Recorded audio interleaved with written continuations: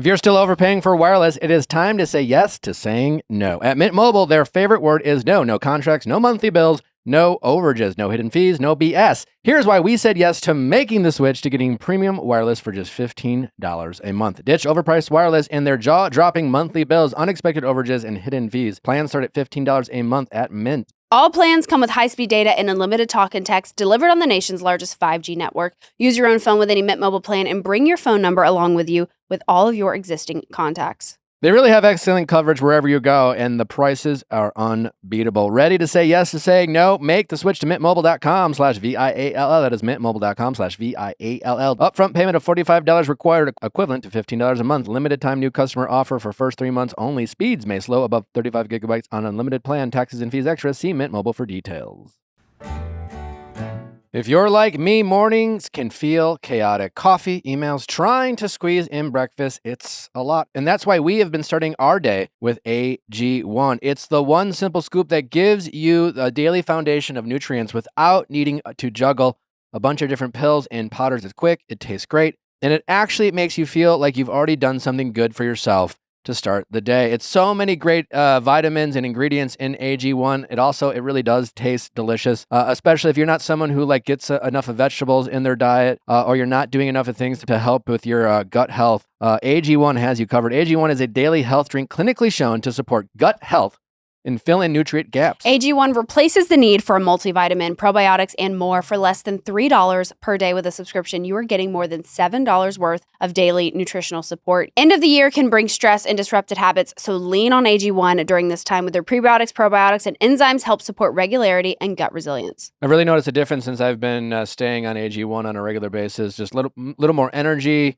I feel healthier, feel like the skin's glowing a little bit better. Head to drinkag1.com/VIALL and get a free welcome kit, including a bottle of vitamin D and free AG1 travel packs when you first subscribe. That's drinkag1.com/VIALL.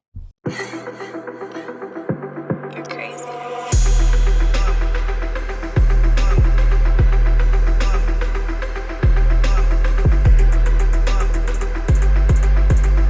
How's it going? I'm doing good. My name is Emma. I'm 36 years old. How do I balance keeping the peace with my ex while also making sure that my daughter knows the truth? What is the truth that you want your daughter to know? The truth is that she has a half sister by her dad. Okay. And why is that a challenge what's the issue?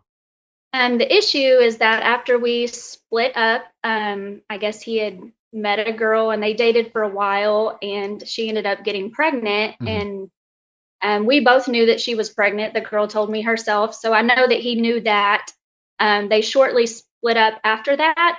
And he's basically just said nothing about the daughter that she had. So I'm struggling with whether I don't feel like it's my place to tell my daughter, but if he's not going to, then I feel that I should. Gotcha. So is this your ex-husband or just an ex-boyfriend?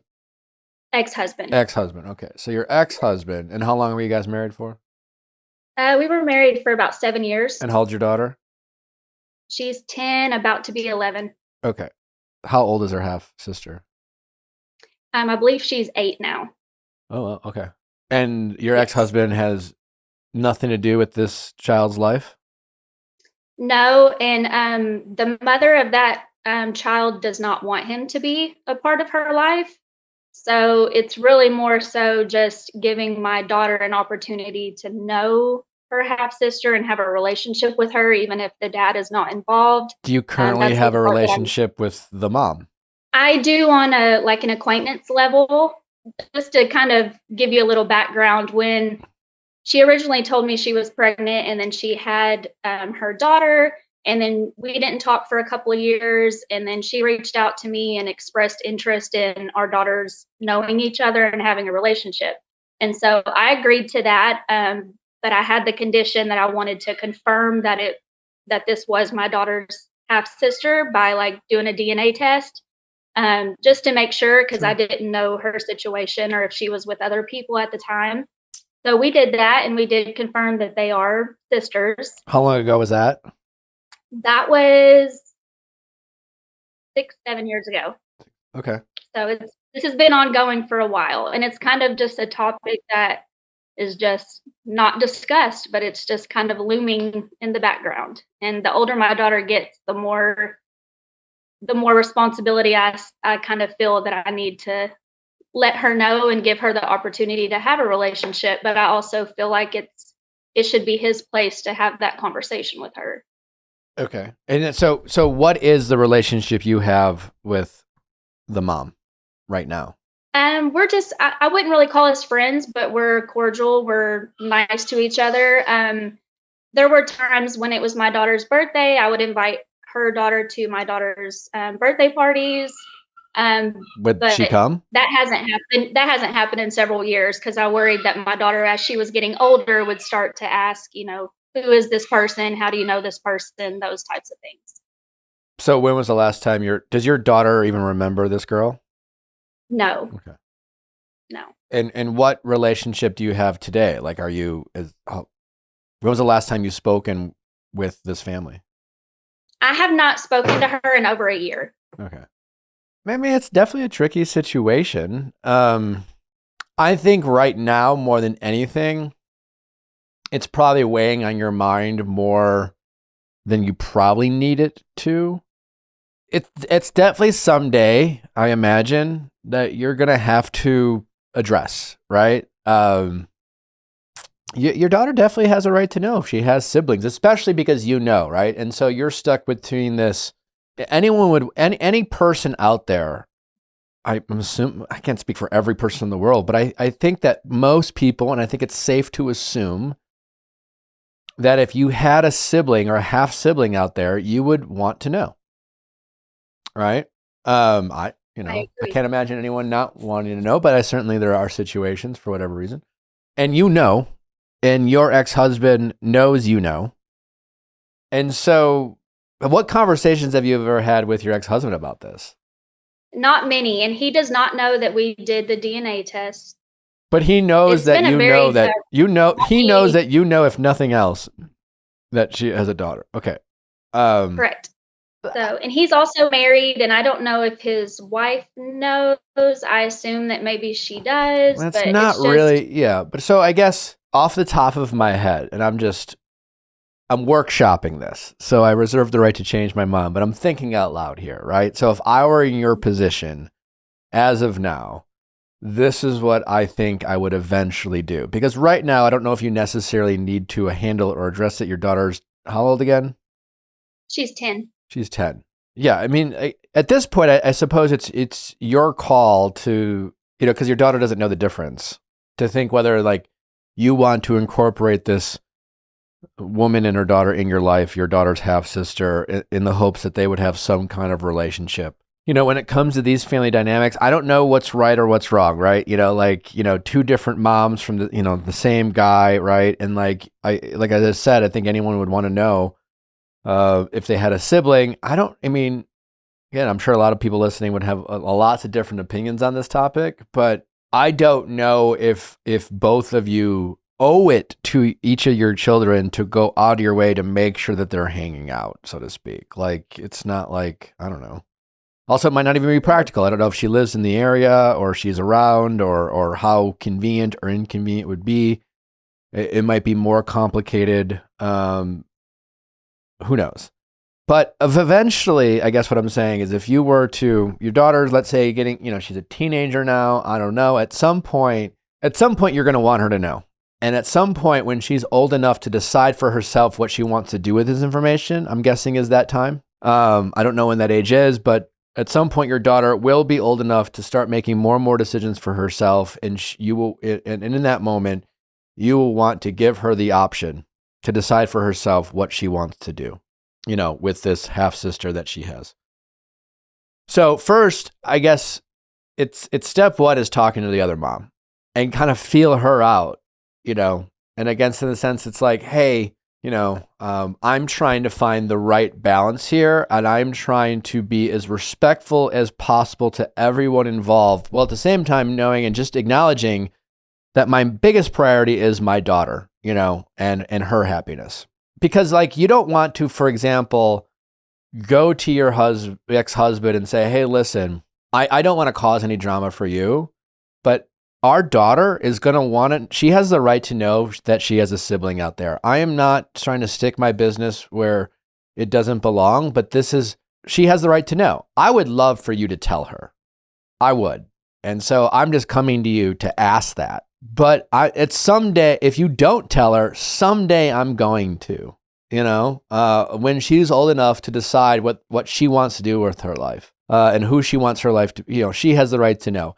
If nothing else, I mean, you can scapegoat it by being like, listen, we live in a world where, Ancestry.com, 23andMe, the DNA test and things like that. Like it is so easy for people to find out if they have half sisters, stepbrothers, cousins. We've had people call in who have found out grandma cheated because of a 23andMe test and things like that. So it's like, how do you want her to find out? Someday she's going to find out. And I think it should come from either of us. I think it should come from you, but if you're not going to tell her, I am not going to wait to her to find out on her own and her come to me and say, how long have you known this? Do you know this? Because I'm not going to lie to her. Right. Right. And that's where my concern is. And I think I have a little bit of an attachment to this topic because I had half siblings as well growing up. I knew about them, but I wasn't really given the opportunity. We lived in different states. And so obviously we had to rely on our parents to make time to get us together and to allow us to, develop a relationship growing up. And I wasn't really given that opportunity. We have a relationship now as adults. But you have different bonds with people that you grow up with as children versus meeting them as an adult. So she is still a child, of course, but as she keeps growing up as they do, it just weighs more on me on what I should do. And our co-parenting relationship has come a really long way. We're doing really great right now. And so I don't want to rock the boat, but I feel like you said, it's going to come up eventually. And I don't want to have to be the one to look her in the eye and say, yeah, I knew about this all these years. And I didn't say anything. Why doesn't your ex-husband want a relationship with his other daughter? I don't know, to be honest, because he's such a great dad with our daughter. It is something that has really confused me a lot. I think he just no. I think it has a lot to do with the mom he doesn't want anything to do with, but I don't know. It's a really weird dynamic. And the other mom very much so wants our daughters to have a relationship, but she wants nothing to do with him. She doesn't want him to be in her daughter's life.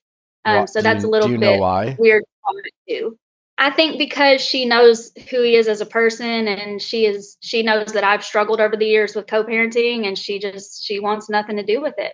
But it has come a long way. I think she feels maybe like the positives don't outweigh the negatives that she could potentially deal with. Well, the other needle you have to thread is the fact that she doesn't want your ex-husband in any way involved. So you also kind of have to go to her at some point and say, hey, at some point I'm going to want my daughter to know. And I don't, and maybe like mom to mom, you have a conversation with her and just reach out with, hey, listen, I just want to talk about our daughters, and kind of be a little vulnerable, being like, I don't know the best way to approach this. Obviously, like you, I care mostly about my daughter's happiness. I want her to know that she has a sister out there someday. And I think it'd be cool for them to have a relationship. Someday she's going to have to know regardless. But like, you don't want, let's call him Jerry. You don't want Jerry in your life at all. And I also would like Jerry to be the one to tell my daughter the truth, because I do think it should come from him. So I don't really know the best way to approach this. I think at some point, like, you can't be the only reasonable person in this like triangle of trying to manage relationships. And I think, granted, your ex-husband, I imagine, would be a little uncomfortable knowing that you have kept in touch with this mom. But you also could say, listen, I'm just going to be upfront with you. She knows I existed. She reached out to me, and she is the mother of my daughter's sister. And like, that's not nothing, and I don't want to deny my daughter the opportunity to know her sister. Because again, someday it's more likely that she's going to find out than not find out. And I'm never going to lie to her. Yeah, it's a very weird spot to be in because I feel like it's not my business at all, other than the fact that it does affect my daughter. But I feel like I'm trying to like come up with solutions, and I really feel like it should be on. I do think if anyone throws that in your face, you do have the benefit of like, it's your daughter. So especially as long as your daughter is a minor, everything that's your daughter's business is your business. Now, that's not an excuse to just kind of go rogue, but you know what I'm saying? I don't think anyone is in a position in this scenario to completely exclude you from having an opinion about this situation, right? And so, yeah, I don't think your ex-husband can say that to you, or this other mom. You know, he might say that to you, but it doesn't make him right. Yeah, and I know that if I brought it up right now, it would just feel very out of the blue to him, and he would feel like I'm trying to attack him or come after him in some way, and it's really not that. You know, it's like I just know that she's going to have questions that I can't answer because I wasn't involved in that. You know, so that's why I would obviously prefer for it to come from him. That way, she can ask all the questions she has, and they can sort that out. You know, father daughter. But I just don't see him ever doing that. So I don't see him ever taking that initiative because for whatever reason, they've both just decided to just ignore it or let it go for now. I'm not really sure which one or why. You're in a tough situation with this. But I also think, again, like, you don't have to do anything right now. Right now, you haven't heard from the mom in a year, right? Right. So I think maybe the next time you consider addressing this situation is the next time this mom reaches out. Okay. And then you can ask yourself, and you know, depending on what she reaches out for, let's assume she reaches out to say, hey, have you given any more thought about our daughter's meeting? So short of that, there's no immediate urgency. I don't know the age where, you know, I don't know. I imagine when your daughter's in middle school, I don't know how old is she now? 10 or 11, you said? Yeah, she'll be in middle school next year. I don't know. I don't know. I think that's why there is no super urgency. It's just kind of, it just kind of almost feels like this bomb that's just, you know, just been ticking over the years, and you know it's going to explode. You just don't know. Has your daughter ever asked about, does your ex-husband have children with anyone else? No, but he has stepchildren that he's very much involved with. Great dad to them as well. That's why it's a little confusing. Yeah, I mean, it's yeah, I guess his prerogative. But has your daughter ever asked about siblings? No, but she would have no reason to, or. I mean, she might just say, "Oh, I'd love to have a sister." I mean, kids say crazy. I don't know. Well, I mean, so you know, you've never been put in a position. 13, 14, I imagine they're like, you know. I remember being in high school, I would have wanted to know in high school, so to speak. Absolutely. Well, and that's the reason why we, you know, we weren't hanging out frequently, but I would say we saw each other maybe 3 times a year. And the last time we saw each other, the other mom had made the comment that, you know, that if her daughter, because her daughter was, you know, getting older too, and she said, if she asks me who your daughter is, I'm going to tell her. And so that's when I kind of pulled back, because I was like, well, I don't want my daughter to find out because your daughter just says something to her randomly. I want her to find out, you know, the way I feel like she should find out, from the person she should find out from.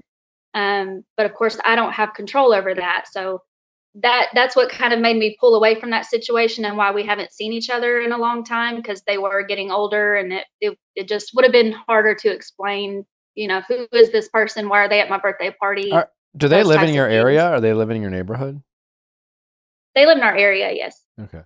I mean, I honestly think that's like, you know, I think this would be worth talking to one or a couple child psychologists and getting their opinion on the best time or the best age to deliver this type of news to a child. And I don't have that answer, that's for sure. Also, I would ask more than one person, because I'm curious, you know, because if you have access to that, I'd be curious about that. Because there might be people who actually have some very specific knowledge on that. You know, I don't know if there's a perfect time, but there may be a better time. But my advice to you is don't discount your role as the mom and the rights you have to be the best mom that you can be to your daughter. And I think more than anything, that matters the most. I think you can try to be as respectful as it sounds like you have been with the goal of maintaining a positive co-parenting experience with your ex-husband. And so to that end, whenever you get to the point where you feel like I might need to tell her, whenever that is, maybe it's a year from now, maybe it's 2 years from now, who knows? Next, you can see him and say, hey, there's something I want to talk to you about. I know it's always going to feel random, but you don't call him up and be like, hey, I'm going to tell her she has a daughter. You just say, hey, there's something I want to talk to you about it. And you could just say, hey, listen, I don't know what's going on in your world, but like, I don't like the idea that our daughter doesn't know that she has a sibling.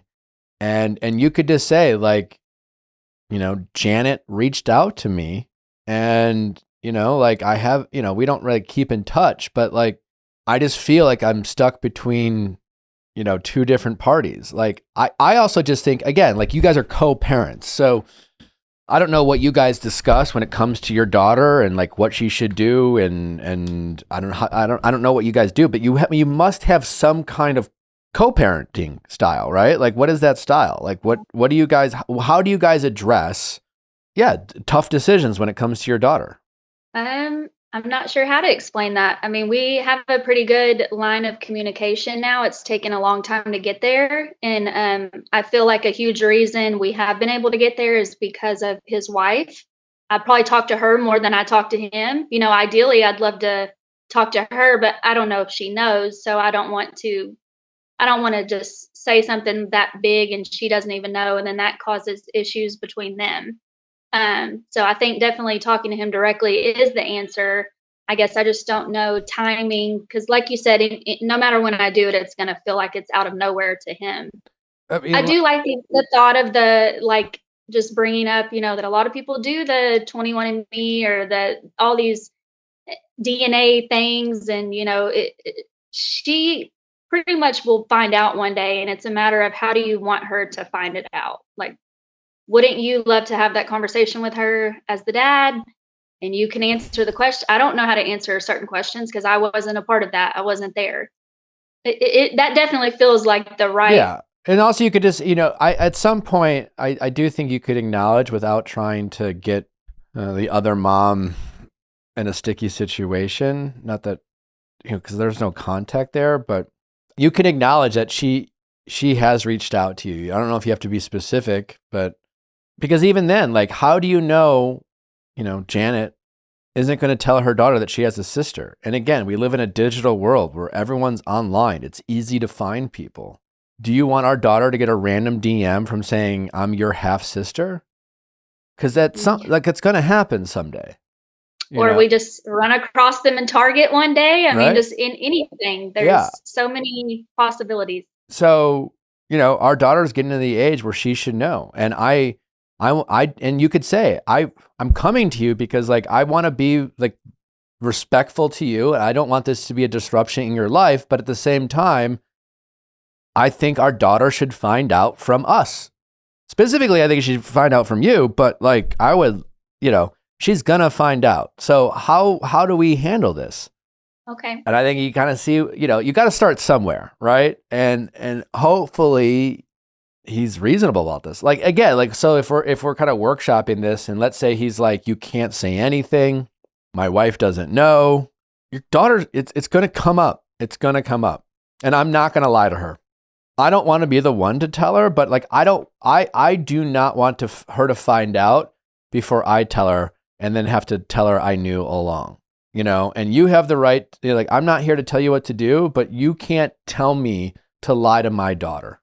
Well, that's the thing, right? Because I don't want to be the one to tell her, but I also don't want to be someone that's keeping it from her either. Yeah. So, yeah.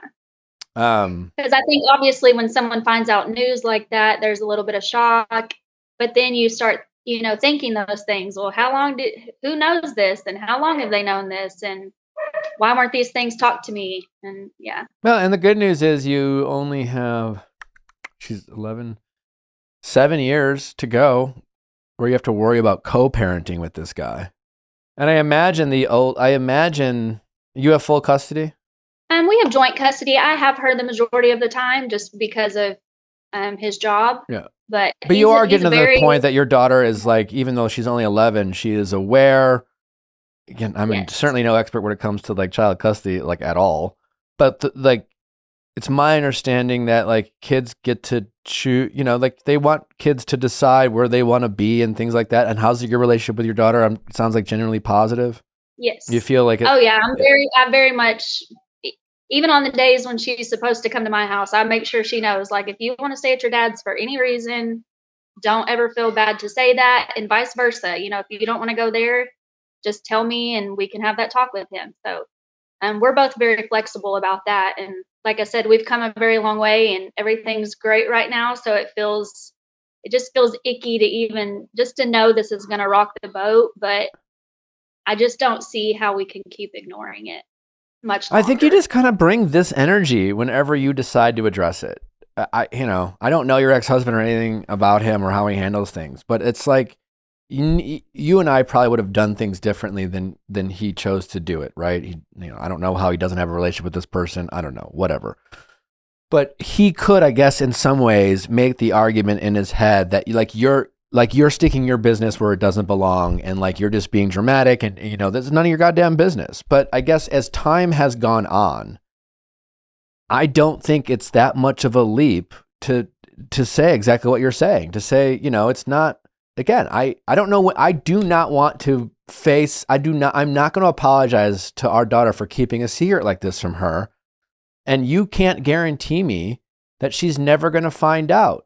But yeah, I definitely feel like that's the right move. It's more about just the timing. But I mean, I'm anxious because things are good, but I think that's also maybe that will be helpful because things are good. That maybe he will be more receptive to, like, hey, when are we going to address this elephant in the room, so to speak?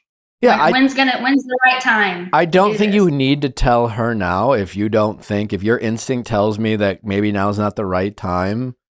Again, if you have the opportunity and the access to like a child therapist, I would be interested in what they had to say and getting an expert's opinion on this type of stuff.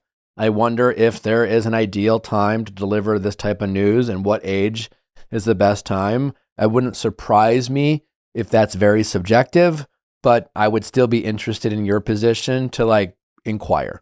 But it sounds like in the next 1 to 4 years, give or take, you will probably feel like it's harder and harder to not tell your daughter. I do like that idea of maybe talking to someone and then maybe I could offer that person as kind of a resource to him as well. Like if you want to use this person to help you tell her or, I hope his wife knows. What's your gut tell you? I honestly, I have no idea. That will make all the difference. If she knows, this will be a lot easier. Otherwise, because then it's all he's going to care about is having to tell his wife. Yeah, I agree. That's a big piece of the picture for sure. That would be a crazy thing for him to hide, but it sounds like you wouldn't be surprised.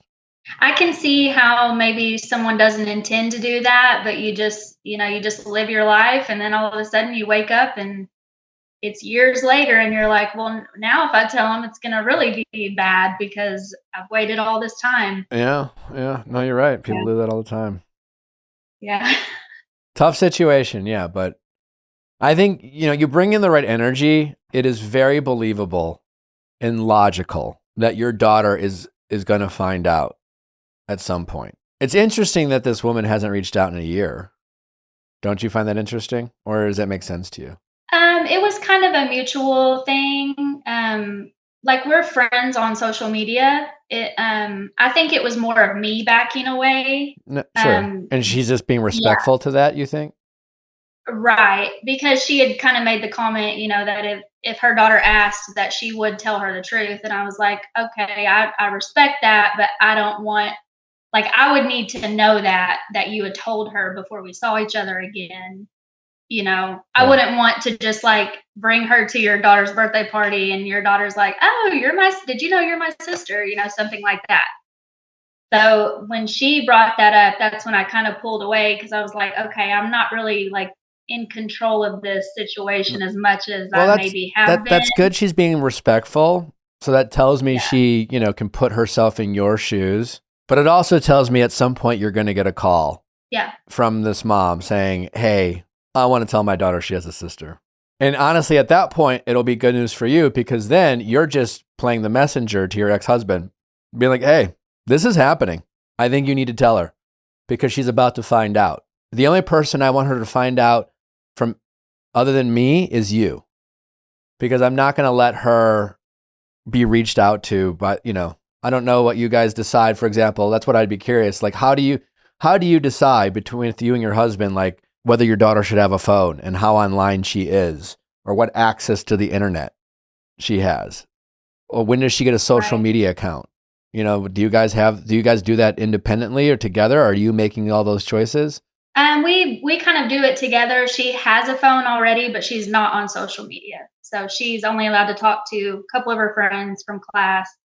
But the social media thing's not too far off. I mean, it is. And hopefully, I can. Push this and once she's on social media, we have no control. Or right now I feel like we can kind of contain this, and we can still handle this the right way, and do everything as best as we can. But the older she gets, the more we lose grip on some of that control that we have.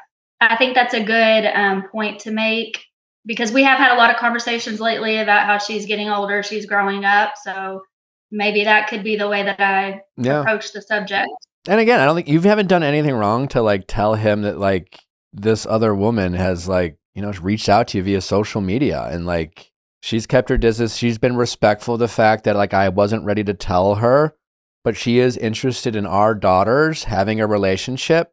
It hasn't happened yet, but someday it's going to happen. And I can't stop this woman from telling her daughter that she has a sister. And when that happens, I'm going to tell her but I hope you do. But if you don't want to, I'm going to have to, because I don't want to be put in that position. I mean, if his wife doesn't know, like this, to your point, which is why you call, like the time bomb's ticking. It's just a matter of when. Right. So.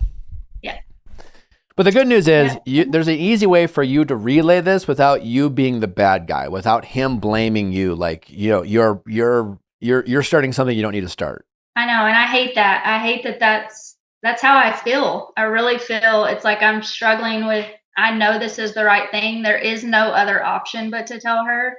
But I do feel like I'm the one that's like going to cause a problem. And I had nothing to do with this. I didn't do this. But I feel like I'm carrying a lot of the mental burden. And I don't know if he even thinks about it at all, to be honest, Yeah. So. All right. Well, hopefully this was helpful. It was. Thank you. You've at least reinforced my thoughts and that it's got to happen. And mentally, you're kind of prepared for like how you might approach this when it does happen. My guess is the other mom will kind of activate this from happening. You'll get a call and she will like say that she wants to tell her daughter or that she's already told her daughter, to which point you at that point will have to then sit your ex-husband down and say, this is happening. I got a call. I can't stop her from doing that. This is honestly something I've been kind of mentally preparing for. But now that it's happening, I want to talk with you as co-parents about the best way we can do this. Like, I hope that you're willing to tell her because I think she should hear it from you. But if you're not going to, I'm going to have to because I'm not going to have her get a random message and I'm not going to lie to her. And in that case, I think you're in a good spot that like, the other mom's going to be his bad guy. You're not going to be his villain. You know what I'm saying? Like, So I think you have an opportunity to like, again, preserve the co-parenting relationship. I would just wait for her to bring it up because I'm guessing she will bring it up sooner than later. I agree with you because it's been a little bit, so I'm expecting it any day, to be honest. Okay, yeah, it might be any day. It might be a couple years from now, but it sounds like it's going to happen the next few years, for sure. Yeah, Yeah. Okay. All right. Well, when that Okay. happens, let us know. I would love I'd love an update. Okay. All right. Thank you so much. All right. I Take care. appreciate you guys. All right. Appreciate you. Thanks. All right. Bye-bye. The holidays are just around the corner, and you know what that means. It's time to get your home ready, unless you are like me and you've been doing it forever now. And thank God I have been doing it, because everything feels cozy and comfy and warm and holiday spirity, and that's what I want to live in constantly, and I've been doing that with Wayfair.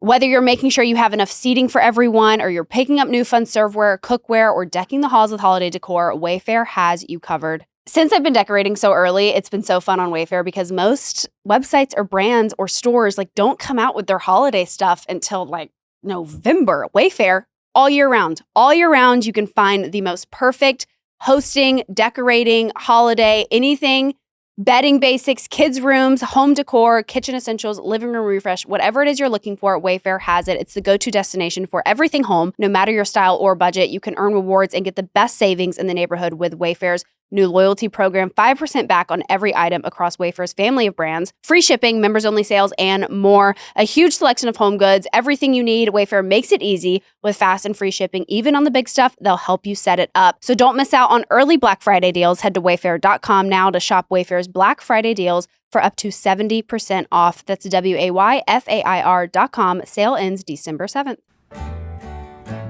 Fall is one of our favorite times of year. The weather is better, and it just feels like life slows down in the best way. Between weekend plans, football games, and upcoming holidays, it's nice to have the clothes that keep up and still feel good. That's where Mack Weldon comes into play. It's got all the essentials for fall: comfortable, easy-to-layer clothes designed for cooler days in timeless style. Their new Ace line, inspired by their best-selling sweatpants, combines everyday comfort with long-lasting, confident looks. Ladies, I know you all like your man in his gray sweatpants, so get yourself a pair for him at MackWeldon.com.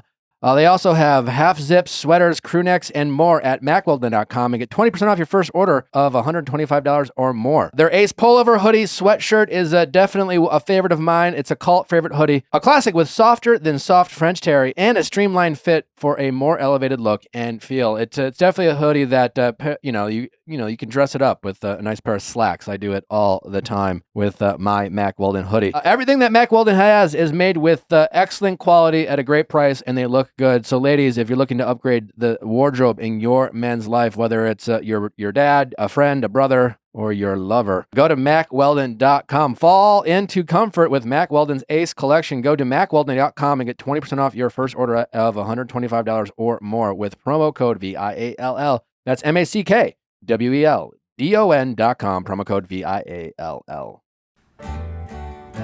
Our favorite part of the holidays is spending time with our family, from baking cookies, decorating the house, and walking around the neighborhood. Everyone seems to be in the holiday spirit, and there's nothing that gets us in the spirit more than a Starbucks holiday beverage. Now that we have River, I'm really trying to create memories and traditions that she will carry on throughout her life, and something that I'm really loving doing. We did it last year, and obviously we're going to do it again this year, but it's going to Starbucks, getting a holiday drink, and then driving through the neighborhoods and looking at all the Christmas lights on all the houses and seeing all the houses decorated and the blow ups in everyone's front yard and sipping on our warm, hot I look forward to that. holiday drink. Also, back in my sales days when I worked from home, I'd always go to a Starbucks and work because I wanted to get out of the house. And definitely during the holiday season, I get my peppermint mocha.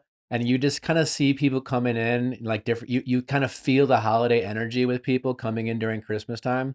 It was always just really enjoyable. I really had to get out of the house when I was stuck at home working. Well, the peppermint mocha is a Starbucks signature espresso combined with steamed milk, mocha sauce, and peppermint flavored syrup. Is topped with whipped cream and dark chocolate curls. What more could you ask for? Delicious. It's honestly how I learned to drink coffee. This was my first Starbucks peppermint drink ever. mocha. Yeah. We used to, when I worked there, we would put ristretto shots in it.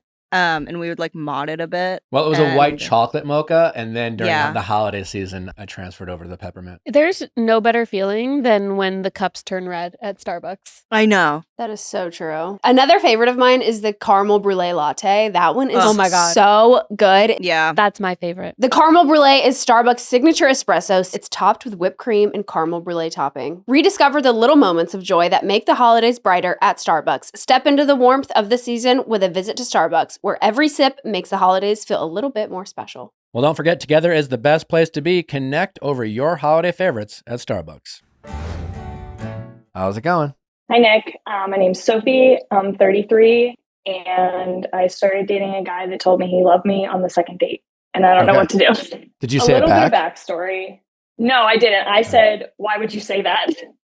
Okay. All right. Give me the And backstory. yeah, so important, I guess. Backstory is that I just actually just got divorced earlier this year. I was in that relationship for 10 years. It was emotionally abusive, there was a lot to it. I'm much better off now. I was anxious to get back into dating because I never really dated in my 20s. I went right from college into this relationship. And so over the summer, I was just having fun, like not taking anything too seriously, really trying to learn more about myself through dating and like what I like, what I don't like. And so I met this guy on one of the apps. We talked for like a little bit off and on before like we finally set a first date. And when we did, the first date was awesome, like instant chemistry, great eye contact. We aligned on like a lot of the same like core values, things like that. We ended up hanging out 3 times within that first week of meeting each other. And yeah, the second date is when he said he loved me. And How did he say it? Like set the stage. We were kissing and he pulled away and said, "I love you." And I said, Like, "Why would you say that?" okay. It wasn't like, "I think I love you." It was like, "I love you." It was like an And earnest moment. Mm-hmm. How old is he? And he's 29. How old are you again? And I'm 33. And he also is divorced like within the past year, and he has a son that's like a year old. Okay. Yeah. So, and we had talked about what was his response expectations. to you saying, "Why'd you say that?" I think he kind of was like, "Oh shit." Like, I don't remember exactly what he said, but he was like, "I know this is crazy." And I was just like, "Yeah." And it freaked me out a little bit, not because he said it, but because it didn't freak me out that he said it. I'd be lying if I said like I didn't feel like the feelings were very different with him than any of the other guys that I've dated, or even like how I felt about my ex in the past. Like there was genuine feelings there that was like, "Oh shit, this could turn into something." Yeah. And we had talked about expectations like up front, I think even before the first date, because he had told me like about being married and his son and everything before we met. And my answer like all along has just been, I am dating. I'm trying to be like genuine in how I'm dating, but I'm also not looking to rush into anything serious. And, he kind of felt the same way.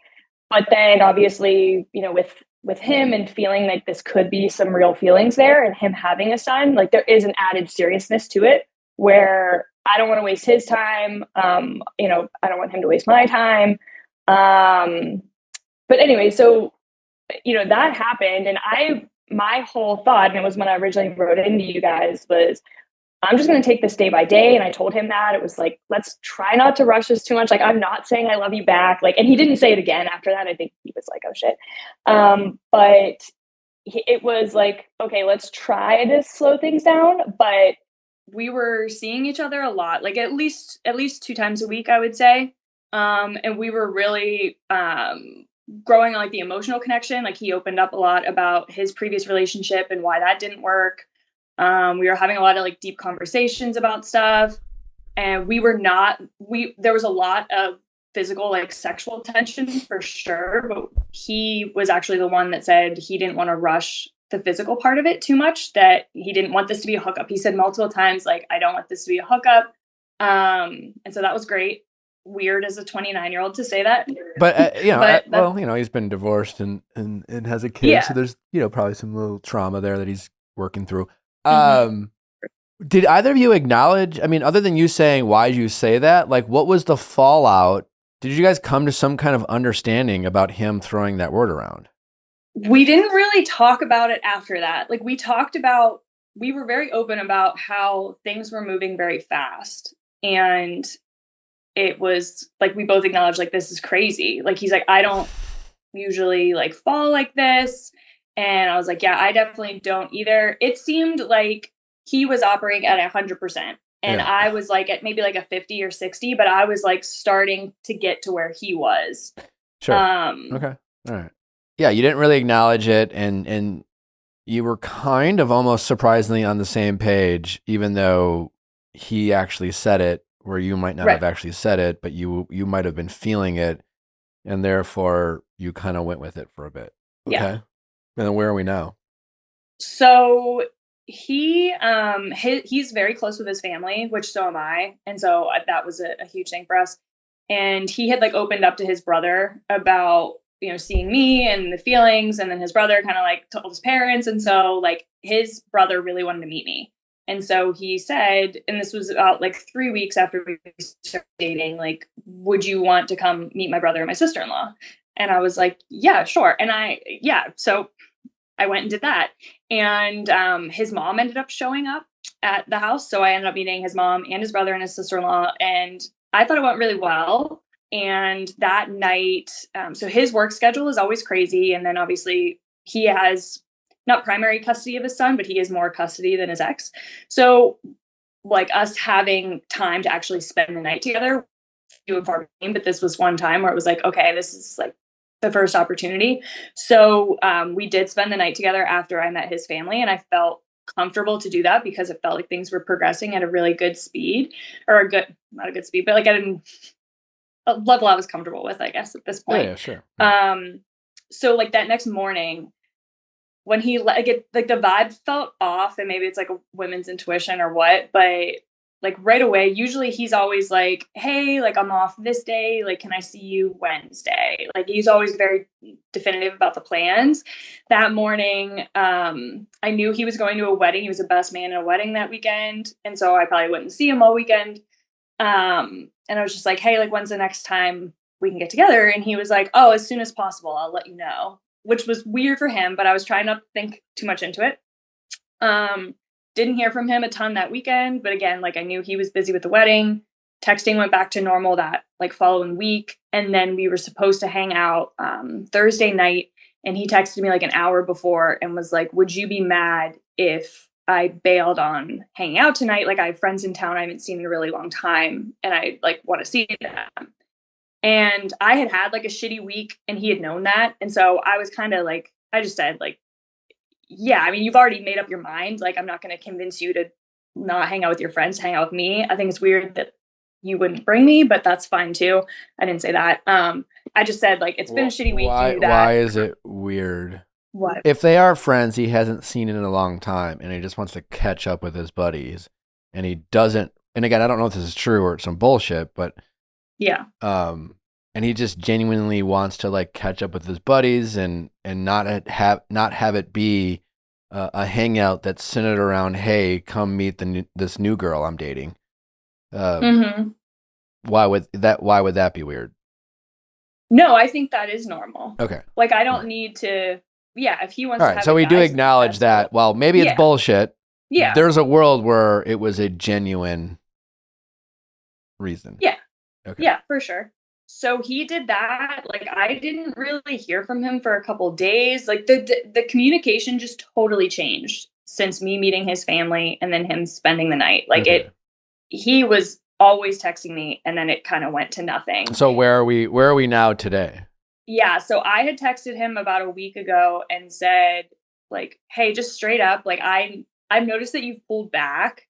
If you don't have the time or the energy to do this, that's fine. Like I am still interested in you, but I need consistency is what I said. What was his response? And he said, he apologized and said, I've been really busy. And he acknowledged the fact that he moved too fast, and he basically freaked himself out, and he shut his feelings off. And he was like, but I am still interested in you. And he said that like multiple times. Cause I was like, are you sure? Because like, I'm giving you an easy out here. Yeah. And it doesn't seem like you want this. And he was like, no, I do. So when was the last time you heard from him? So he texted me like a couple days after that, like trying to be consistent. And then I hadn't heard, then didn't text me for another couple days, which again, like, that's fine. I knew he was going out of town last weekend. And so I had texted him earlier in the week and was like, I'd like to see you this week before you go out of town. And his response was just like really non-committal, like, I'll try, but this, that. And I knew that that's a no. So I haven't texted him since that. Yeah. And so I'm telling myself now that like I should just let this go. But it's just crazy that it was such a high to like all of a sudden the rug being like pulled out from under me. Yeah. No, I mean, I get how you feel. It's not that crazy that two people coming out of a divorce found some instant chemistry, got caught up in the excitement of feeling something positive when it comes to a relationship.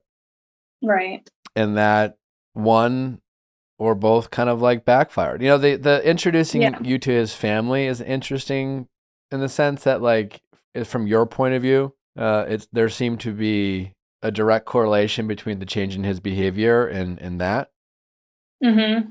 Because I've overthought, like, did I do something wrong? Like, did they hate me? Did they? Well, I mean, listen, unless you know that you definitely did something wrong, like you got drunk and embarrassed yourself or whatever. No, I was good. Right?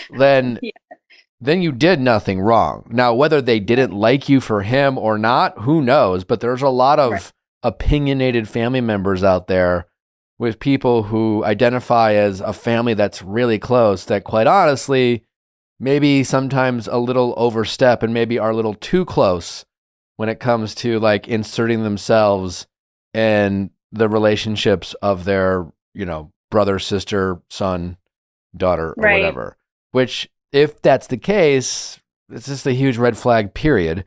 So it's not meant for you to be in your head about or feeling like you did something wrong. Like, again, they have the right for you not to be their cup of tea.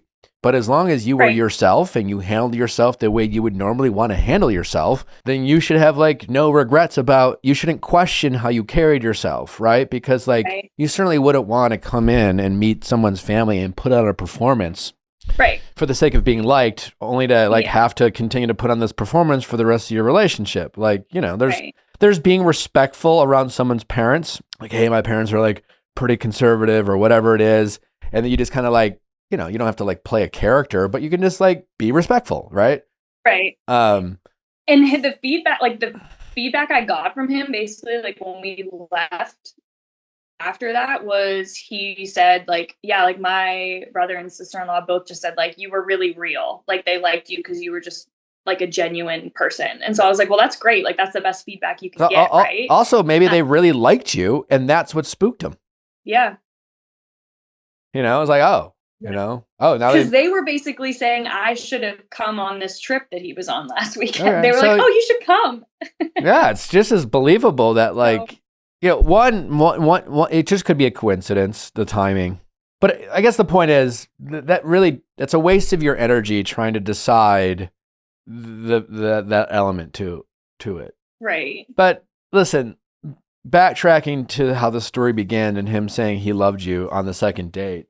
He clearly was just the guy who got caught up in his feelings, right? Like, when someone says, I love you on the second date, right? Like anyone, before we got into, therapizing ourselves online and all this shit that we do, there was a world, where people were like, I knew it the moment I saw him, and it wasn't crazy for someone to on a first date being I love you and then propose on the third date and then it would work out, it was more of an old school approach, and is that love? I mean, love is subjective, right?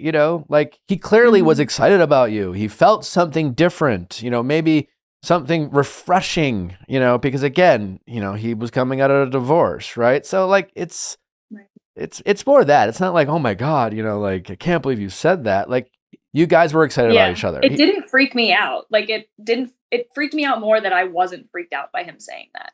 Sure. But I guess it's like, like to kind of what happened. It's also just kind of recognizing what I would have liked for you to do. Mm-hmm. Like hearing your whole story, I only have one note for you. Okay. And that is, regardless of the fact that it didn't freak you out, I would have loved for you two to like have an adult conversation and been like, all right, let's just, all right, cards are on the table. You just said some crazy shit. You could have had some fun with it. Like, And like, I don't deny that I'm lovable after the second date. And to be totally honest, it doesn't even freak me out that you said that. But like, let's just take a step back and let's just recognize that like we're both coming out of serious relationship. And it seems like we're both excited about this, but let's just keep it real for a hot second and realize that like what we're feeling, while valid and real, are just like the early stages of feelings, and we have a lot to learn about each other. So let's give ourselves a break and, you know, just let's be excited about that. We're excited, but also let's just like acknowledge that like, and it's okay for us to be excited. And it's honestly like, thanks for saying that. Thanks for being open. Like, you know, there's a way to thread the needle to not make someone feel stupid for saying something crazy, but also like as two adults acknowledging that like maybe we need to like, you know, pump the brakes, right? The same way he wanted to like take things slow physically, you know, that was an adult conversation. The fact that you guys just kind of pretended he didn't say it, but like, you know, that's really my only note. Yeah. And I was trying to like he would say like, I really like you. And I would say like, well, what do you like about me? And like, I listen to your podcast a lot. So I was just trying to practice what you preach. And it sounded like sometimes, so it did come up a couple times, like he would open up with things with his ex. And he said like, you know, I don't usually like talk to people about this stuff. And I was like, well, I'm glad that you feel comfortable talking to me about it. But it almost got to the point sometimes where I didn't want to play therapist to him either. And I said to him at one point, I was like, hey, like, I really like that you talk to me and you feel comfortable talking to me about this. But I also like it when we're like flirty and fun and just, you know, we're dating each other too. And so. Did he talk to you about his ex more than you talked to him about yours? Yes. Yeah.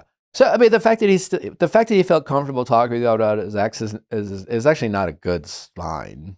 You know, like he's just not over it, right? He's still Well, because like she has to be involved because of the child. Okay, you know, like my ex and I, we don't have kids, so like we don't. Well, what did he talk about? It would just be like little thing, like if he had to see her for like a drop off pickup scenario, like she would say things that were like triggering to him. Like she would say like, oh, you know, the kid has like a fever. Why didn't you notice that? And he was like, I was literally with him all day. Like I didn't notice it. I would have, you know, he was acting fine, like things like that. It would just be like little things. But you think that's I guess maybe that's it was more like a how's your day going? Like, oh, I'm dealing with this. Like she's just being ridiculous. And he wouldn't dig into it too much, I would say. It was like in passing. But yeah, he definitely talked more. But I was also like withholding a little bit of sharing my story with him just because I wanted to make sure that like things were good. And now I'm kind of glad, I guess, that I didn't, unless he thought I was putting walls up. I mean, listen, I think for the time being, mentally, you need to be done. Right? What if he reaches out? Like, I guess it really depends on what he says. It's not fair to you. For his like actions to back up what he was saying before. Because now, like, he hasn't made any commitment to see. He literally hasn't seen me since he left that morning. If he reached back out, I would just, you know, you can answer, right? I'd be curious as to what he had to say. If it was just like a, hey, I think you would have the right to say something to the effect of like, listen, like, it's nice to hear from you, but like you can't expect me to be okay with the way we started and the pace in which we were going, leading all the way up to like meeting your family. And then I get that you got spooked and I totally get it, but like I've had to readjust to this pace that you've dictated. And then you kind of dropped off the face of the earth. And like now, like I don't like feeling like I'm in limbo. You know, like people who are dating can take it slow and still have consistency. And you went from being more than consistent. You were, you know, it was fairly hot and heavy to the point where you introduced me to your family to this incredibly inconsistent. You go days without reaching out. Like and honestly, like this kind of, I'm not down for that, you know? Yeah. Yeah, exactly. So yeah, I would communicate that because, you know, the hope is if you communicate that is that he Well, he just acknowledges it, obviously apologize. But if he wants to date you, then you have, he doesn't get to like dictate the pace. Yeah. And you have the right to say, well, listen, if you want to date me, like I still want consistency or whatever pace that we have. I don't want to be like wondering if I'm going to hear from you or not, or if it's okay if I text you, or, it's, and if you've listened to the show, it sounds like you have. It sounds like maybe you're not ready for something right now. Now, it's different when a guy says that for himself rather than someone else says that for him. When he says it, it's like, oh, get off the hook. I'm not ready for a relationship right now. When a girl says it doesn't sound like you're ready for something that I'm looking for. It's a bit of, it's like, it's ego hit. Yeah. So I would just, I would be very like matter of fact and just, be like, it's just like, I think you got caught up in things a little bit. And maybe you're not ready for something right now. In fact, I would say that regardless of what he says. Well, I mean, if he doesn't reach out, he might like never text me again. He might not. All I know. Yeah. And if that's the case, again, which would kind of suck, but it sucks in the, I don't know. I would argue not. I mean, listen, does it suck compared to the pace that it was going when you thought maybe you had met someone really fast? Sure. I mean, like, of course. But would it suck more than him one day calling you up and saying, hey, I changed my mind, or I met someone else? Like, there's no favorite way of having someone reject you. And so, I mean, I would also argue that it's better off finding out now than 6 months from now, which could have easily have happened. You guys could have been hot and heavy, and 6 months in, he could have been like, whoa, I'm not ready for this. But but the thing you have to do is just like not internalize and overread into how intense it was, as if that had meaning behind it, or if that it meant something, or, again, everything I'm hearing makes a lot of sense, right? Like, and honestly, like, I'm in a better place now than I was 2 weeks ago with it, because I, like, historically in my past relationship have been like a really anxious attached person.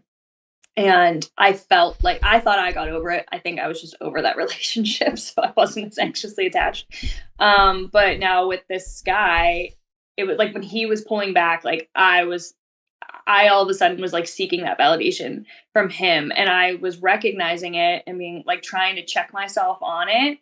And so if anything, it showed me that like I still have stuff to work on for myself too.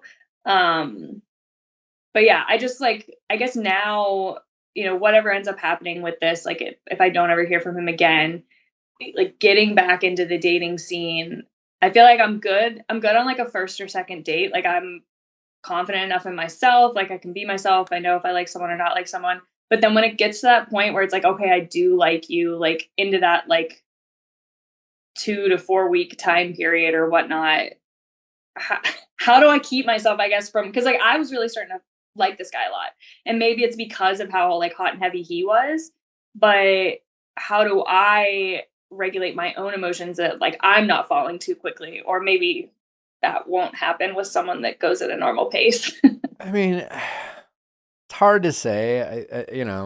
I mean, to me, it's just like the best scenario for, I think, anyone is two people who can be excited but have the self-awareness to like temper their excitement with the self-awareness to know that there's still a lot to learn, right? But like, how often does that happen in actual practice? Because like, once we get triggered emotionally, it's hard to be that level-headed, Right. I guess my point is like, this wasn't that costly of an experience for you. Nothing really happened. I mean, I don't know. Do you agree? Like, was this like? It messed with me for a bit, but I think like it a couple messed weeks, with me. right? Like, you seem like you're okay. I'm not saying it was fun. I'm not saying you didn't feel rejected, but like, do you have to make meaningful changes in your life as a result of this happening? Did you really do anything wrong? Again, like, sure, I have one note for you, which is like, maybe you guys could have not have just swept over the fact that he like said he loved you on the second date, and you were kind of like, you know what? Don't hate it. Exactly.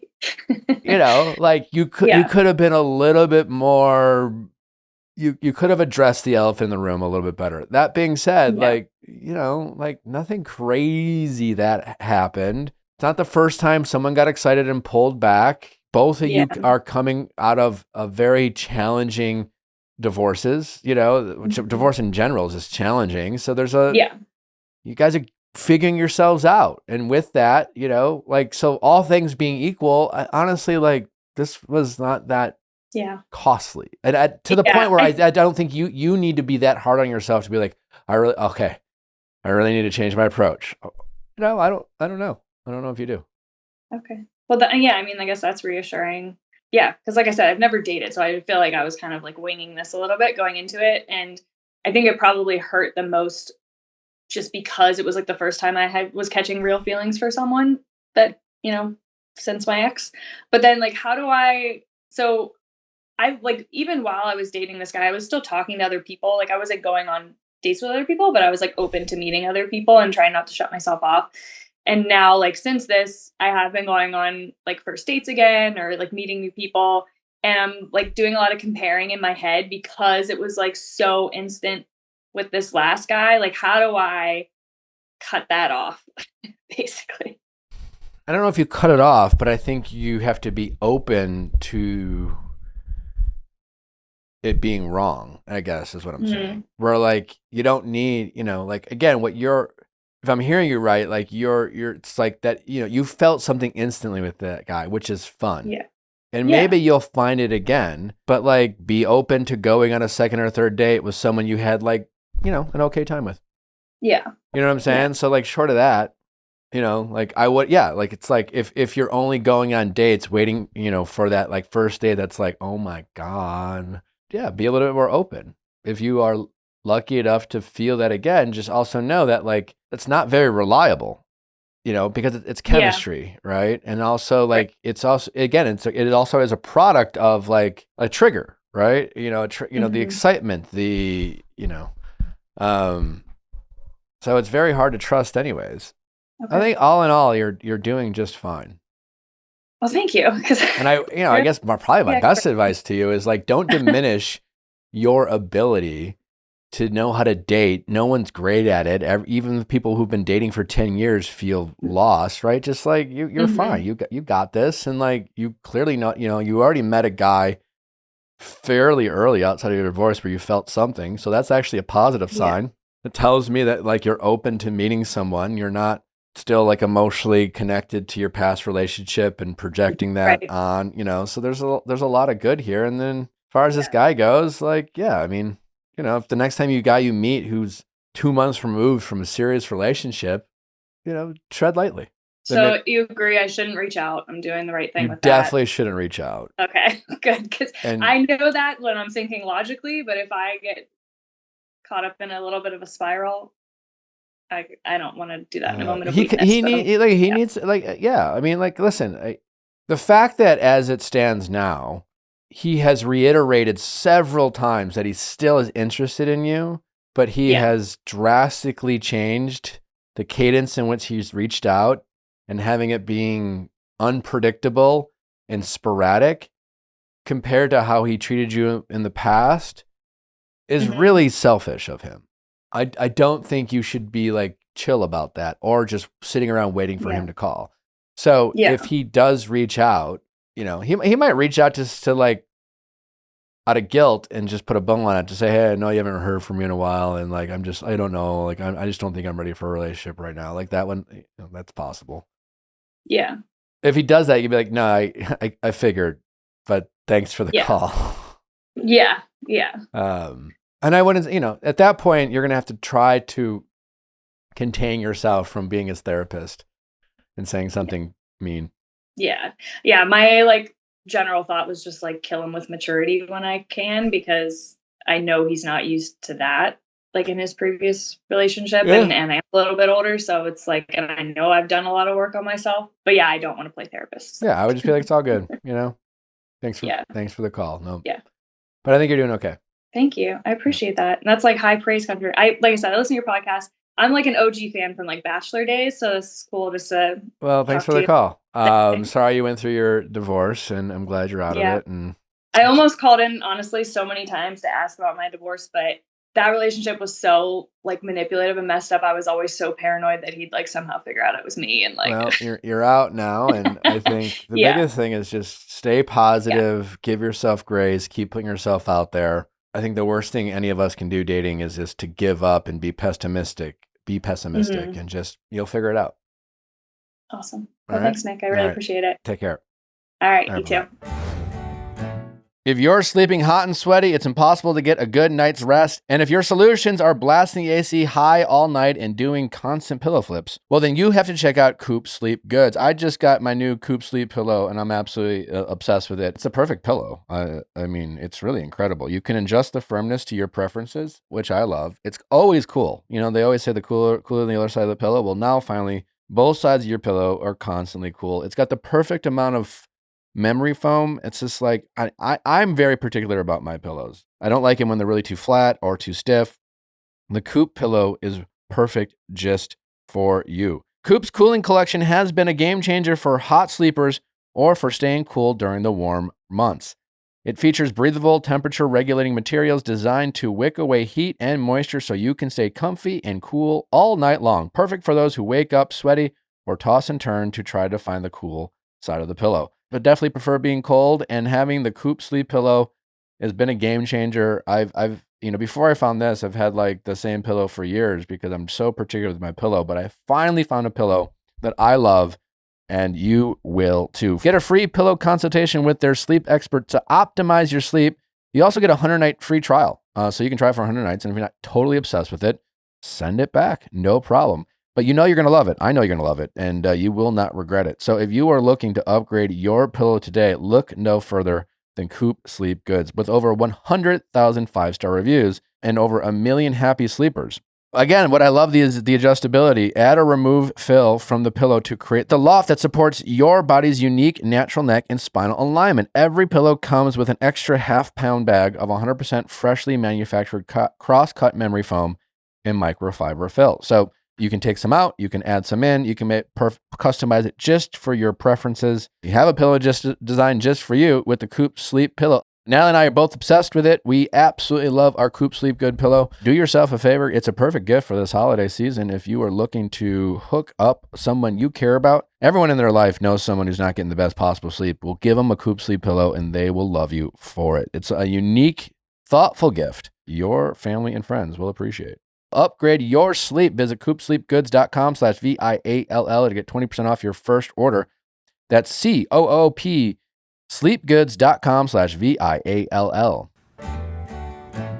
At this stage in my life, I'm really focusing on romanticizing the most simple parts of life. And for me, quality of sleep, getting ready for bed, my nighttime routine, that is what I care about. And putting on a pair of Skims pajamas gives me everything that I need. I have the best sleep when I sleep in Skims pajamas. One of my favorite collections that Skims does is the long sleeve button-up set. I just got the cranberry vintage deer little design for the holidays. I got them for the lake. They are so soft, so comfortable, and they just make me feel like I'm put together. I'm going to bed. I'm an adult. You know what I'm saying? You'll find me in it all season long, and they also have so many cute prints for the holidays. So if you are my sister, stop listening, because that's definitely what I'm getting you for the holidays. You can shop my favorite pajamas at skims.com. After you place your order, be sure to let them know we sent you. Select podcast in the survey, and be sure to select our show in the drop-down menu that follows. And if you're looking for the perfect gifts for everyone on your list, the Skims holiday shop is now open at skims.com.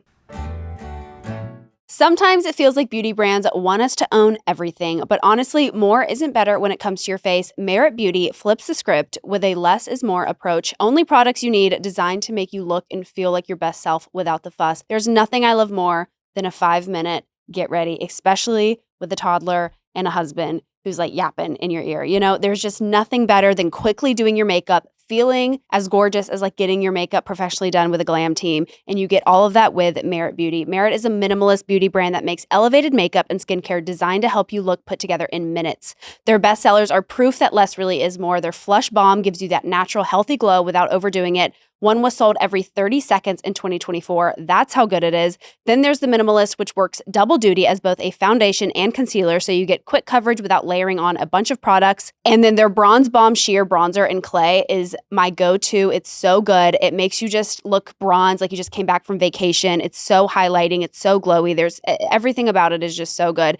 It's time for your makeup and skincare to meet the reality of your daily routine with Merit Beauty. Right now, Merit Beauty is offering our listeners their signature makeup bag, which is so cute. It's suede. It's cute. It ties at the top. Gorgeous. With your first order at meritbeauty.com. That's MERIT beauty.com to get your free signature makeup bag with your first order. meritbeauty.com. How's it going? Good. How are you? Good. What's your name? I'm Lexi and I'm 33 years old. How can I help, Lexi? I'm just wondering if I'm dealing with a 41-year-old fuckboy. Okay. Well, what makes you wonder?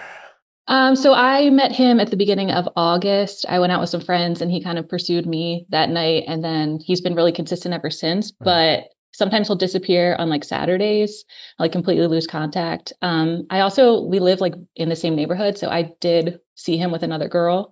When I ask him straight up if he has like a girlfriend or if he says no. Like, I don't know if he saw me, so I don't know. But that's kind of what I'm dealing with. I did do some sleuthing too. And a girl came up for suggest it for you. And I clicked on it and she's private, but she has a Threads account and that's not private. And there's some pictures on there back from like early July of him. With him? Yeah. Okay. So if it's not his girlfriend, it's definitely someone he's been like consistently hanging out with. You've asked him if he's got a girlfriend? Yes. And he said it was what? He says no. What was it? Was there a follow-up question there? No, not really. I also it's early, so I don't feel like he really owes me anything yet. I feel like we should have that conversation. How many times have you hung out? Since I met him, we hang out like twice a week. Twice a week? Consistently. Yeah. Okay. How long has that been? It's almost 2 months. Okay. And you're hooking up? Yeah. Okay. So why don't you think he owes you anything? That's a good question. I just don't know. I feel like he is very plays it hot and cold and I can't really tell what he wants, but what do you also want? I like hanging out with him. I feel like I haven't had this instant chemistry with someone like this in a long time. Are you just looking for something casual right now? Or are you dating with the intention of meeting someone?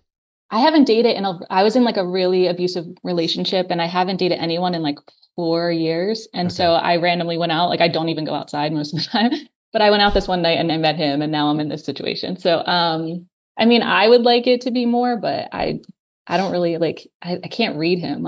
It's just really hard to get. Okay. Well, I think you should stop trying to read him. Okay. Right. I think you should get out more. I'm sorry that you were in a relationship like the one that you were in. I'm glad you're out of it. Are you being facetious or are you you really aren't ever going out? No, I really don't go out. I'm such a homebody. Okay. Love being a homebody. I'm a homebody too. Yeah.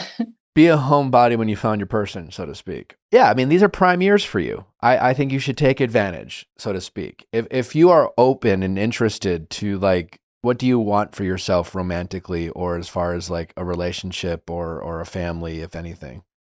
Yeah, for me, I don't know that I ever want to need to get married, but I would like to live with someone and have kids if that was in the cards. Yeah. What's the difference between needing to get married and wanting to get married?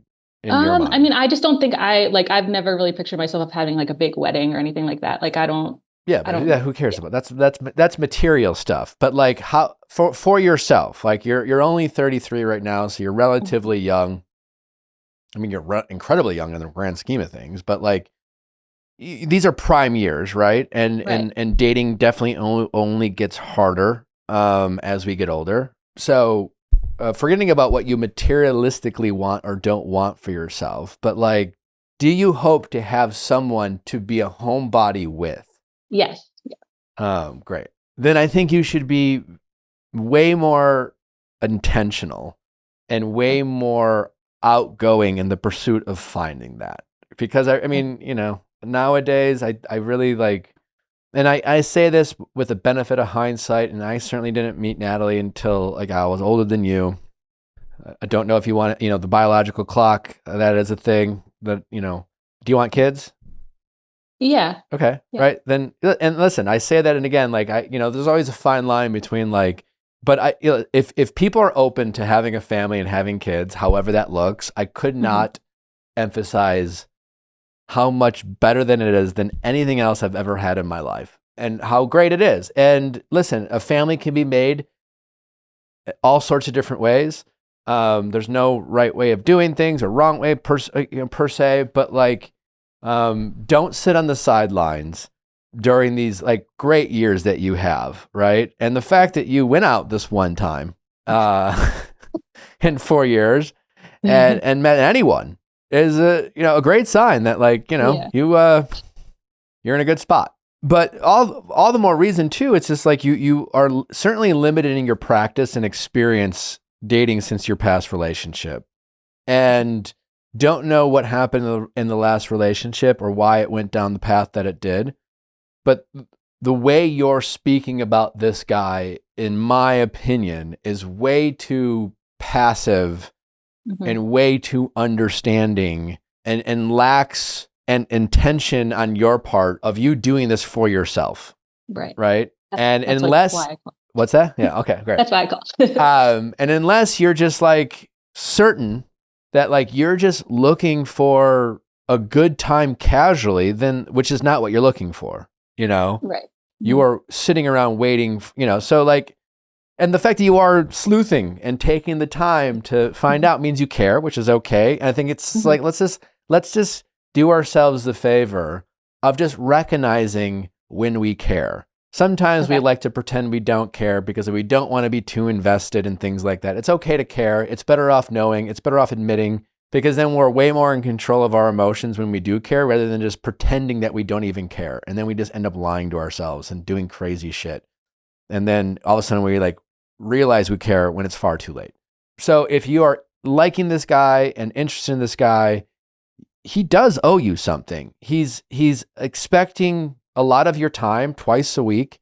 You guys are being physically intimate. That alone, he owes you honesty. He owes you safety, and things like that. Certainly, you haven't defined the relationship and things like that. But like, if he's dating other women, you have a right to know. More than anything, I just want you to know that you checking in and having expectations of him, you have a right to have an expectation of him. Okay. And he does owe you something. Okay. More than anything. Did he seem defensive when you asked if you had a girlfriend? Was he curious as to why you asked? No. He didn't. He just like straight up said no. Huh. And then is that before or after you found these photos of him and this girl from July? So the pictures came after, because you saw you saw him out. Yeah. Like out on a Saturday night? No, it was like during the day. I was like walking the trail, like behind my apartment. What was he doing? Walking with her, but I don't think he saw me. I think you just ask him. Okay. How long ago did you see him? That was like very like recent, or like very soon after we started talking. And then like like more recently, he's been like hanging out with me more, talking to me more. So I was like, and then I asked about if he had a girlfriend, and he said no. So I was like, maybe he made a decision, or, I mean, I think he's still talking to other people. He seems kind of like that kind of guy. What do you mean by that? He just like seems like a fuckboy kind of. I mean, it probably is, Yeah.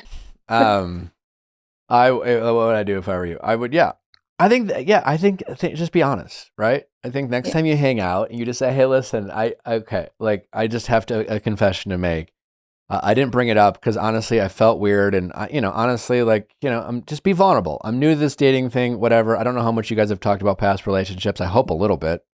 Yeah. So he knows a little bit about your background, and you're just like, and you just say something like, listen, I just didn't know. I don't know. I didn't want to be nosy, but like, I saw you, like, just don't lie about when you saw him. But like, back in whatever, a few weeks ago, I saw you with a girl, and then like, it kind of looked like you're on a date, but obviously like, since we're like not anything official, but hey, I'm a human being. So I was curious. And then I looked online same girl, you guys were hanging out since July.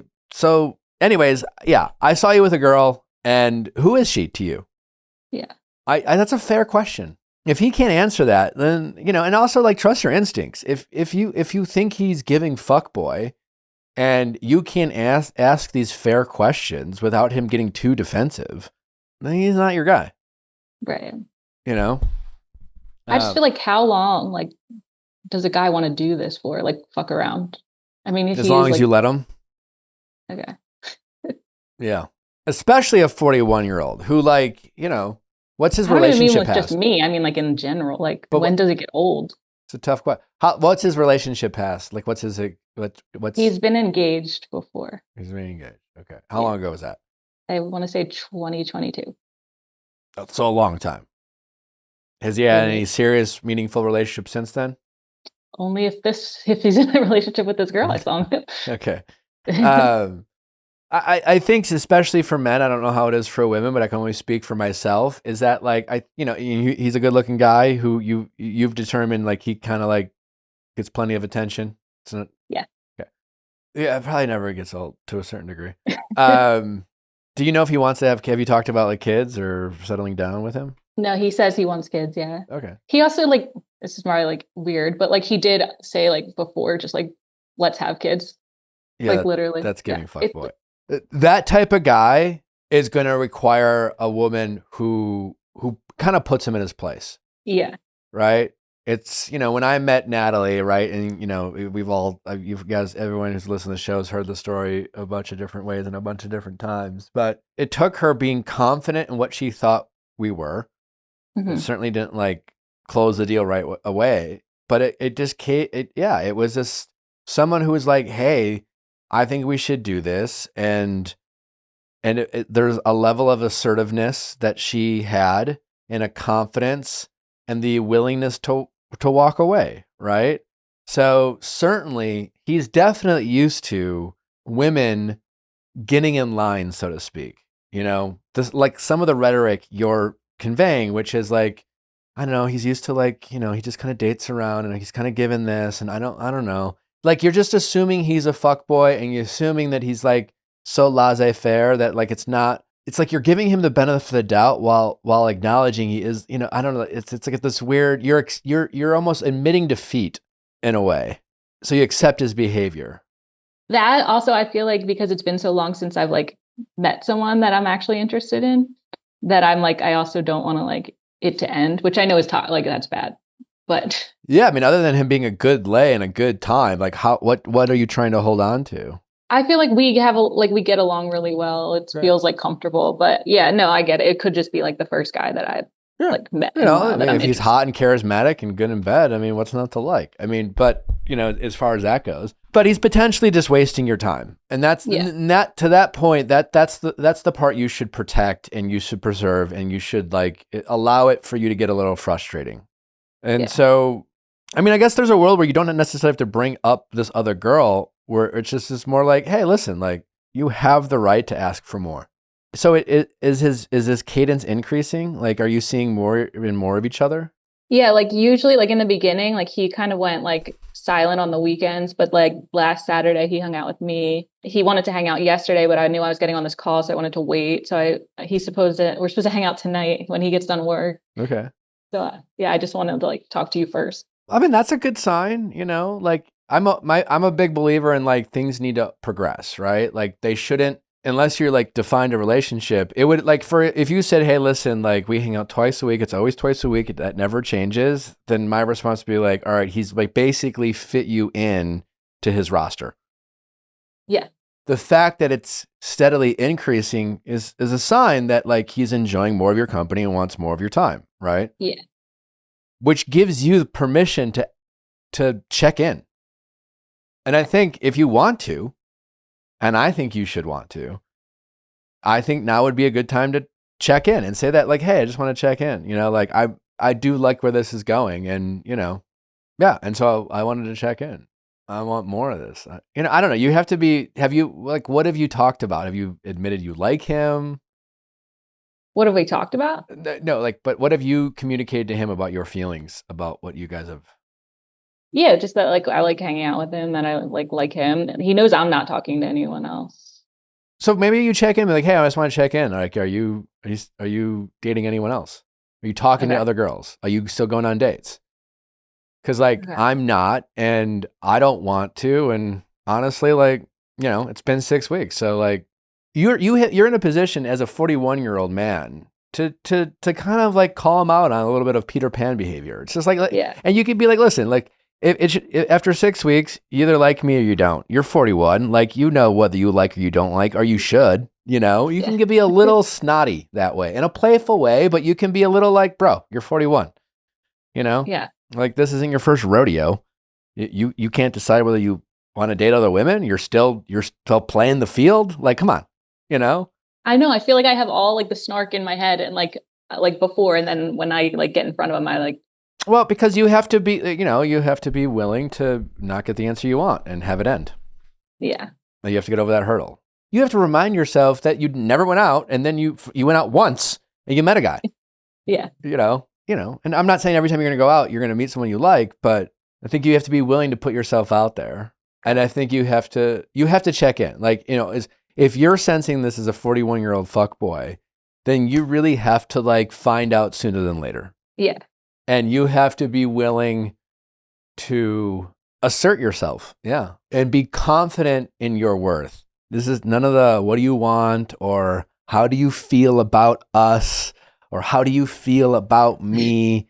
And it's okay if you don't like it. Just, I'm not, it's fine. Like don't give them permission to be a fuckboy.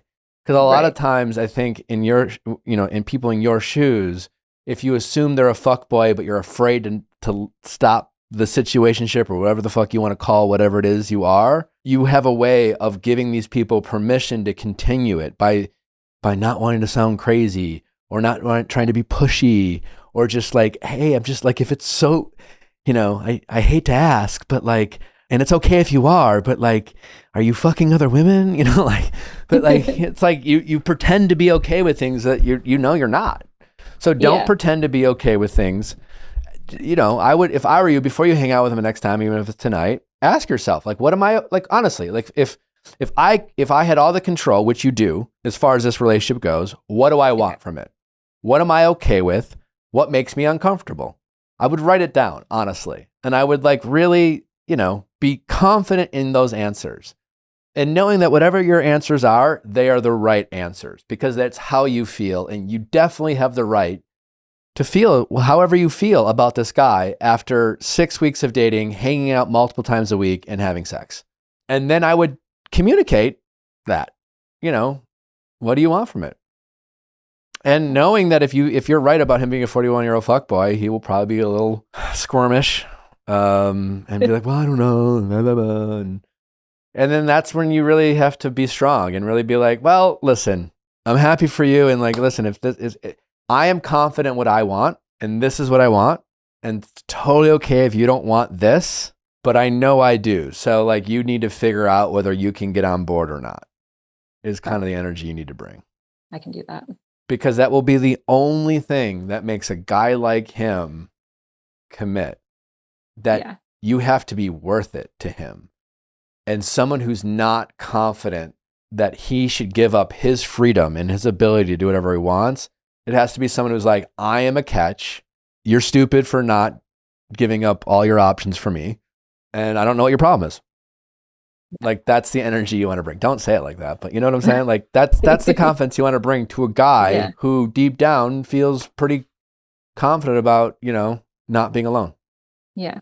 I feel like that's going to be such a switch up because he's always like, you're so chill, which is probably I led with the wrong attitude. Yeah, but every guy, listen, we all, as men, we all want chill, but we also want someone who's not so chill that they let us get away with things we know deep down we shouldn't get away with.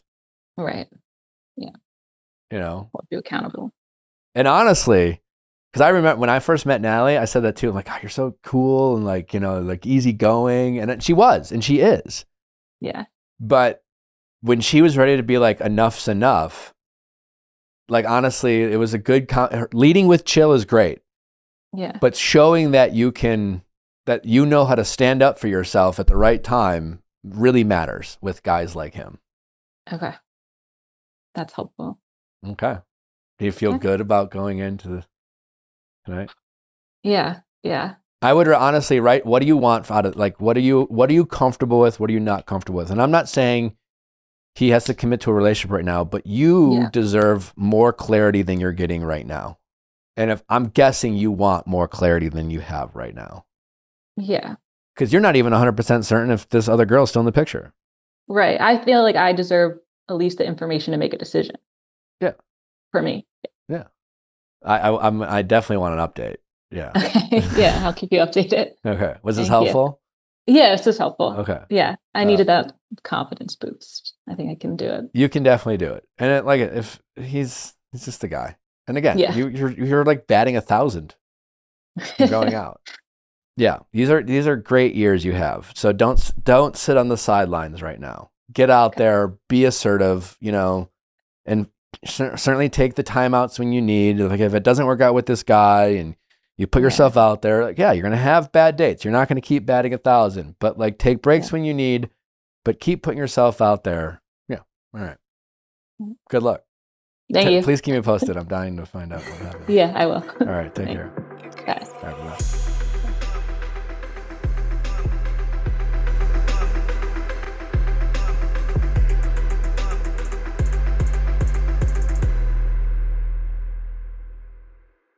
Hey guys, if you loved what you listened to, make sure you hit that subscribe button below. Thanks for listening. We'll see you next time.